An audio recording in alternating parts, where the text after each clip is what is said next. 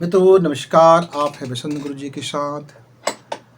कई बार हमें ऐसा लगता है कि मेरी किस्मत बड़ी फूटी है, कितना मेहनत करता हूँ, रात दिन एक कर देता हूँ, फिर मेरा भाग्य चमकता ही नहीं, मेरा किए का परिणाम मुझे मिलता ही नहीं। बड़ी मुसीबत आ गया, मेरा धन मुझे नहीं मिलता, मेरा कार्य का इजाफा मुझे नहीं होता, मेरा प्रोत्साहन मुझे नहीं मिलता, मेरा प्रमोशन मुझे नहीं मिलता, मेरी तालियां मुझे नहीं मिलती, बस इसकी जगह में गालियां मिल जाती है। सफल होने का प्रमाण पत्र तो नहीं मिलता, लेकिन लूजर और फेलियर होने का तमगा जरूर मिल जाता है।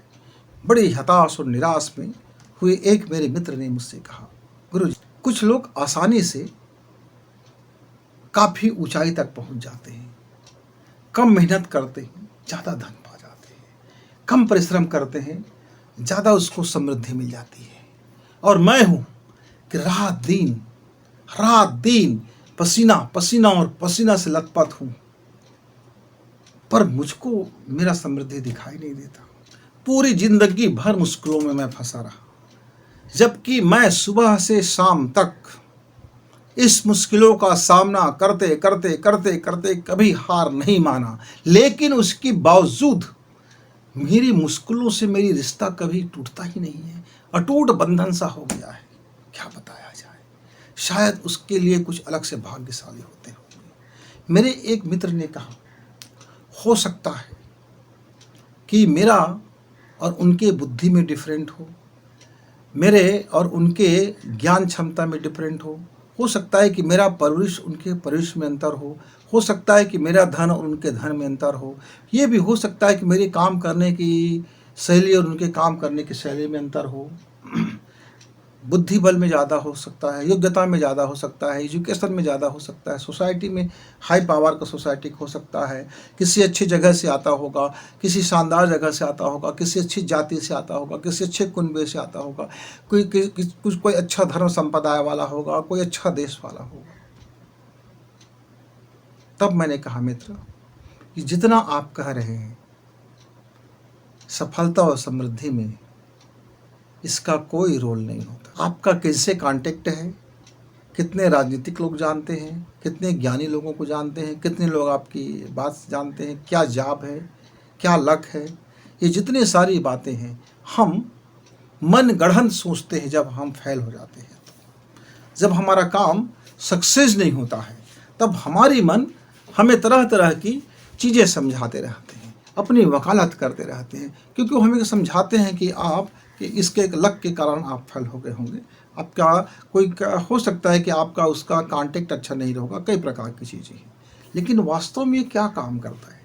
जो भी हम काम की सफलता पाते हैं या समृद्धि पाते हैं या उस काम में हमारा जो महारत हासिल होता है, वो दरअसल मित्र हमारे ब्रेन के अंदर एक ब्लूप्रिंट होता है, और उस ब्लूप्रिंट में जब तक हमारा वो ब्लूप्रिंट नहीं रहता है, तब तक हमारा भाग्य उसको प्रकट नहीं करता है।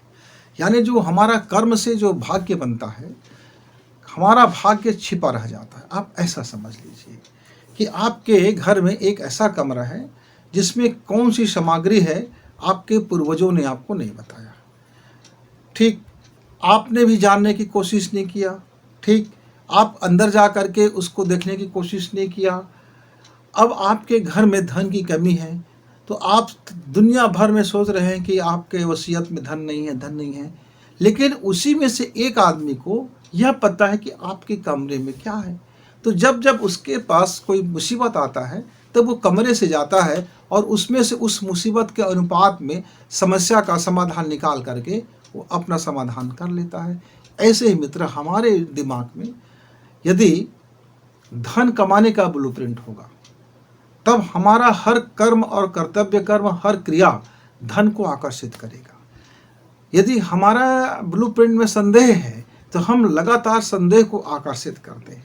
यदि मेरे मस्तिष्क के ब्लूप्रिंट में ज्ञान कमाना है, तो मेरा हर योजना वो ज्ञान पक्ष की ओर जाएगा। तो मेरे दिमाग के ब्लूप्रिंट में यदि चुपचाप आलसी बन के बैठने का है, तो मैं कितना भी काम करने की कोशिश करूं, आखिर में आलसी बनकर बैठूंगा। आप देखते हैं ना, आपके घर में 4 मजदूर आते हैं, एक मजदूर बड़ा चंगा काम करता है, साफ सफाई से करता है, समय से पहले कर देता है और अपना काम करके सुस्ताते हैं।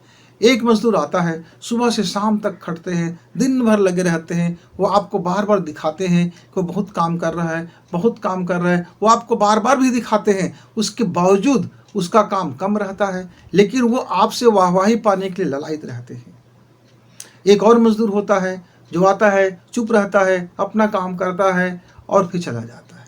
उसी में से एक और मजदूर होता है जो आता है, हाय हाय करता है, काम भी करता है, बार बार भी बैठता है और अपना काम पूरा भी नहीं कर पाता, और वो आरोप लगा देता है कि वो मेरे रास्ते में आ गया था, उसने मुझको ऐसा काम कहने बोल दिया, उसने ऐसा बोल दिया, और इसके बावजूद देखो मैं इतना किया हूँ।